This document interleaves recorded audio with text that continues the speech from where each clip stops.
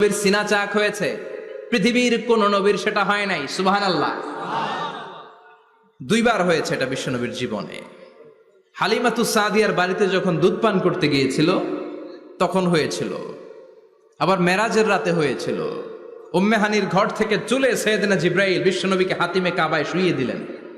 এরপর গলার নিচ থেকে শুরু করে নাভি পর্যন্ত বুকটা কেটে ফেললেন, বিশ্বনবীর হৃদয়টাকে বের করলেন, জামজামের পানি দিয়ে ধৌত করলেন, আবার পেটের ভেতরে হৃদয়টাকে ঢুকিয়ে দিলেন।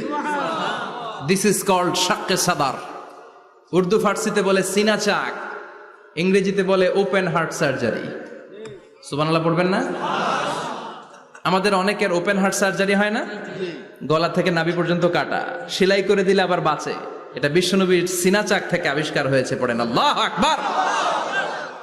যে সমস্ত সাহাবারা বিশ্বনবীকে খালি গায়ে দেখেছে, উদম গায়ে দেখেছে, তারা বর্ণনা করেছে দুইটা কাপড় মাঝখান দিয়ে সেলাই করলে যেমনি দাগ দেখা যায়, আমরা বিশ্বনবীর গলা থেকে নাভি পর্যন্ত এরকম সেলাইয়ের দাগ দেখতে পেয়েছি।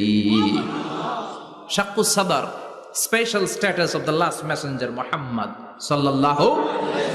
আর কোন নবীকে আল্লাহ এটা দেয় নাই। খুশি না বেজার? আবার উনি হলেন সাহিবুল মেরাজ।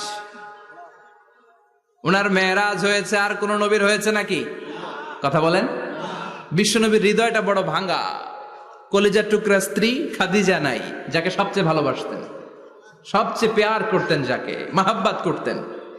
এবং সাইয়েদাতুনা খাদিজার জন্য বিশ্বনবী মা আয়েশাকে ধমকও দিয়েছেন।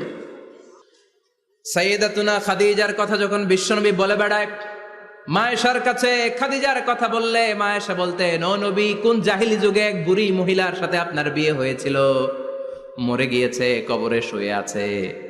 ওই মহিলার পরে কত সুন্দরী সুন্দরী নারীরা আমরা আপনার ঘরে আসলাম, তারপরে ওই বুড়ির কথা আমাদেরকে বলেন কেন? ওই বুড়ির কথা শোনান কেন? বিশ্বনবী রেগে গেলেন।